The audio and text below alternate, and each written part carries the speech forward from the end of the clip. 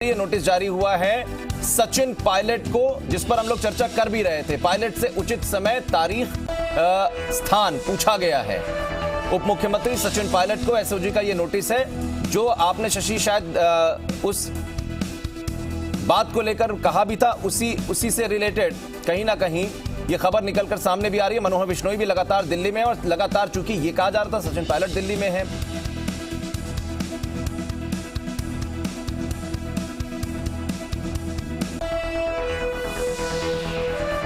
तो deputy CM Sachin Pilot को SOG का नोटिस पहुंचा। आईपीसी की धारा 124A 120B भी है मुकदमे में, और जो पूरा मामला चल रहा है हॉर्स ट्रेडिंग से जुड़ा हुआ, जो इंटरसेप्ट किए गए इनपुट्स एसओजी की तरफ से फोन कॉल्स के तौर पर, उसके आधार पर, इसके अलावा सरकारी मुख्य सचेतक महेश जोशी की तरफ से जिस तरीके से एसओजी के पास जाकर इस पूरे मामले का, इस पूरे प्रकरण को दर्ज कराया गया था, उसके बाद कुछ तफ्तीश की गई, लगातार इंटरसेप्ट की जा रही थी कॉल्स, और उसमें जो बातें निकल कर आई हैं उसके आधार पर मुकदमा दर्ज हुआ है। और चूंकि गिरफ्तारी भी हुई है, कोर्ट में भी पेश किए गए आरोपी, तो ऐसे में अब और क्या कुछ जानकारी हासिल कर सकती है एसओजी, इसलिए ये बहुत ज्यादा जरूरी हो जाता है कि बातचीत कर पाए, और खासकर उन लोगों से बातचीत कर पाए जिनके बारे में कहा जा रहा था कॉल्स में, या फिर जिनको लेकर कोई आधार बनाकर बात कही जा रही थी।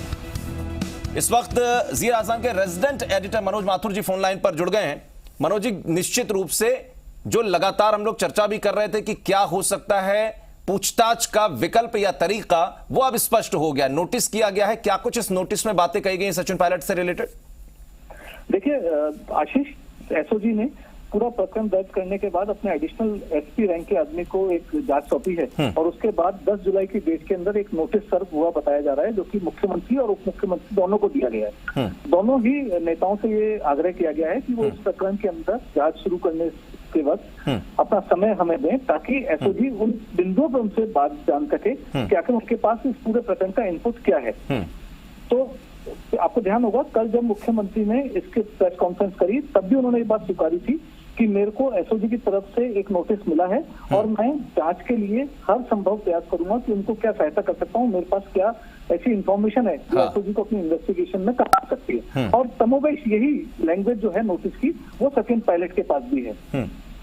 इसके अलावा मैं आपको बताऊं कि मुख्यमंत्री और उप मुख्यमंत्री के अलावा बाबूलाल नागर समेत करीब 7 और लोग हैं जिनको की एसओजी ने नोटिस दिया है। एसओजी ने अपने नोटिस में साफ तौर पर लिखा है कि ये मुकदमा नंबर 47/2020 जो है, इसमें आईपीसी की धारा 124A और 120B जो कि षड्यंत्र की धाराएं होती हैं, उसमें दर्ज किए गए ये मुकदमा है।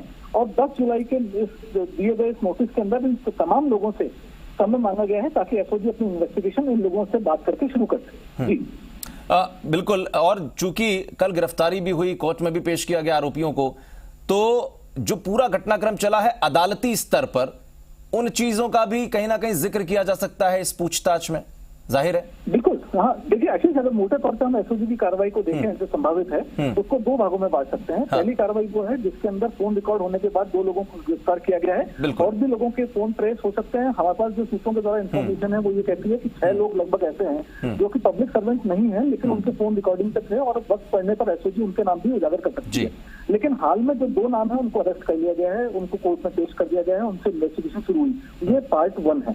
पार्ट 2 वो है जिसके अंदर जनप्रतिनिधियों से बातचीत करनी है, एसओजी को इंक्वायरी करनी है। उसी के संदर्भ में मुख्यमंत्री से लेकर उप मुख्यमंत्री और उप मुख्यमंत्री से लेकर 7 अन्य लोगों को नोटिस जारी किया। जहां तक राजनीतिक घटनाक्रम की बात है, चूंकि हर चीज का एक कहीं ना कहीं प्रतिक्रिया तो दिखाई पड़ती है। अब चूंकि पूछताछ भी हो रही है, साथ ही साथ में कुछ और राजनीतिक घटनाक्रम चल रहा है, तो इस तरीके से जो राजनीतिक गतिविधि चल रही है उसको किस रूप में लिया जाए मनोज जी?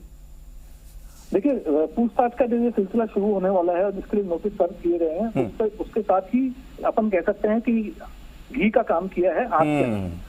जो असंतोष है वो उभर के, इसीलिए भी वापस उभर के सामने आया है क्योंकि नोटिस सर्व किए गए हैं। तो जनप्रतिनिधियों को इस बात को लेकर ऑब्जेक्शन है कि एसओजी ने उनको नोटिस सर्व बाय नेम क्यों किए हैं और क्यों उनसे पूछताछ की बात कही जा रही है। लेकिन इसी चीज को डाइल्यूट करने के लिए, इसी चीज की महत्वता बताने के लिए मुख्यमंत्री ने कल प्रेस कॉन्फ्रेंस में जानबूझकर ये विषय उठाया और ये स्पष्ट किया कि नोटिस उन्हें भी मिला है। यानी कि प्रदेश के मुखिया को भी एसओजी ने नोटिस दिया है और उनसे जगह और समय ये पूछा गया है कि कब वो इंक्वायरी के लिए अवेलेबल हो सकते हैं। समान लैंग्वेज है, बाकी जो 7 लोगों को नोटिस दिया गया है उसकी भी। और मुख्यमंत्री ने ये बात जोर देके कही कि कानून से ऊपर कोई नहीं होता। जाहिर है एसओजी भले ही मुख्यमंत्री को रिपोर्ट करती हो, उनके डिपार्टमेंट में आती हो, परिवार के मुखिया, सरकार के मुखिया, प्रदेश के मुखिया के तौर पर मुख्यमंत्री भले ही कितनी प्रिविलेज हासिल करते हो, लेकिन कानून से ऊपर नहीं है। उनको जो नोटिस मिला है उसका वो जवाब देंगे और एसओजी जो भी उनसे जानना चाहेगी, जो उनकी नॉलेज में चीज होगी, वो जरूर उनके साथ शेयर करेंगे ताकि अनुसंधान पूरा किया जा सके। तो एक मैसेज देने वाली बात थी बाकी लोगों को भी कि जिस तरह मुख्यमंत्री बड़ा दिल रख के इन सब चीजों को देख रहे हैं, वैसा ही बाकी लोग भी देखें। जाहिर है। और लगातार सीएम की तरफ से ये कहा भी गया, मुख्यमंत्री अशोक गहलोत ने बार बार, जैसा आपने जिक्र भी किया, कोट भी किया, कि वो खुद ये कह रहे हैं कि हम सहयोग करेंगे पूरा, और लगातार इस तरीके के संकेत वो देते भी रहे हैं। लेकिन अब चूंकि कोरोना काल चल रहा है मनोज जी, तो ऐसे में ये भी जरूरी हो जाता है कि बातचीत के लिए क्या एसओजी की टीम पहुंचती है, या वीडियो के जरिए, या वीडियो कॉल या वीडियो कॉन्फ्रेंस के जरिए बातचीत होती है? ऐसे भी कुछ इनपुट है क्या?